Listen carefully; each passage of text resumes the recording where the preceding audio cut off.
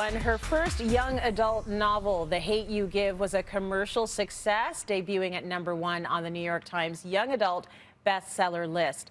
The movie, based on the book, was a critically acclaimed box office hit.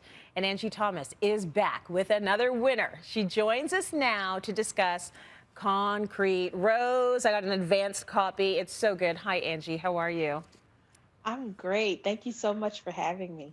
We're feeling very lucky to have you. So let's talk about Concrete Rose, because it's a prequel to The Hate You Give. And in this novel, you revisit Garden Heights 17 years before, and you tell the story of Maverick Carter, which is Star's father, as a teenager. So why did you want to go back and explore Mav's story? I thought I was done with the Carter family when I finished The Hate You Give. I really did, but my readers were not.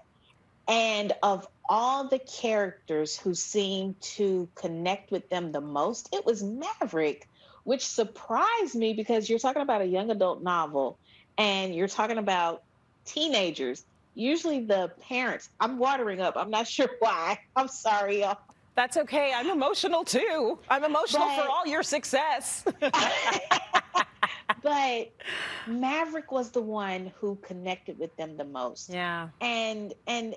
They were so fascinated by his story. They were so fascinated by the fact that you have this father who was once a gang member and a drug dealer, who is a important pillar in his community, who's a loving father, loving husband.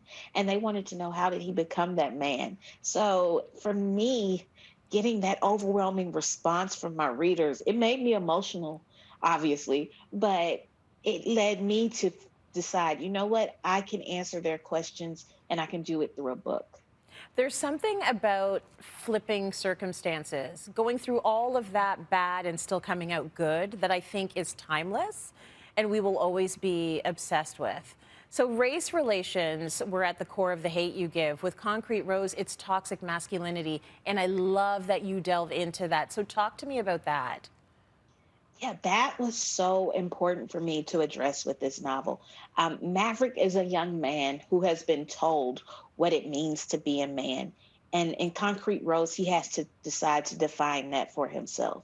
He's been told that men don't cry. He's been told that men take care of their families by any means necessary. He's been told that he has to be harsh. He has to be street. He has to be all of these things. But the fact of the matter is, he has to define manhood for himself. I wanted to write a young man who is vulnerable at times, who is sensitive at times, who cries at times. And for me, it's part of my agenda of humanizing Black boys and Black men specifically. We've seen what happens when they're looked at as threats, as brutes, as things that go bump in the night.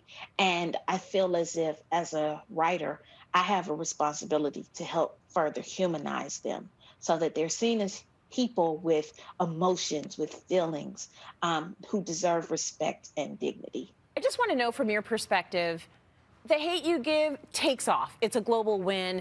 The movie's out. It's, everywhere. On the come up, it's going to be a film as well. Do you feel pressure now? Do you feel like, oh my gosh, every time I put pen to paper, I'm writing a major motion film here? Does that hurt the process at all? Now that I'm a producer, it kind of does. I approach things from the lens of, okay, how much will this scene cost to film? I try not to let that side of my brain get in the way. But I always see anything that I write as a film or a show in my own head. And whenever it actually happens, it's a dream come true. So walking onto the set of The Hate You Give was a dream come true. Now I look forward to those moments. I'm excited about seeing things come to life that started in my mind. So I try not to pressure myself too much and just look forward to actually the joy of it, the joy of walking onto a set. I want to know, everyone, takes in art and books in their own way and takes from it what they need to take from it. But what would you like for people, your readers, to take away from Concrete Rose? I hope that the real mavericks of the world look at this book and they see themselves and they see the beauty within themselves. I hope that it inspires them. I hope that it encourages them. For everyone else, I hope that they look at the real life mavericks a little differently. I hope they don't clutch their purses when those real life mavericks pass by them. I hope that they see these young men as people. I hope that they give them the dignity and respect, and I hope that they humanize them a bit more. We know the mavericks, we see them in passing all the time. And the least we can do for them is to respect them as human beings. Nice. You closed on the best note possible. Thank you for joining us on Cityline, Angie. I really appreciate that, and I love watching your success. So her book, Concrete Rose, is out on bookshelves and online right now.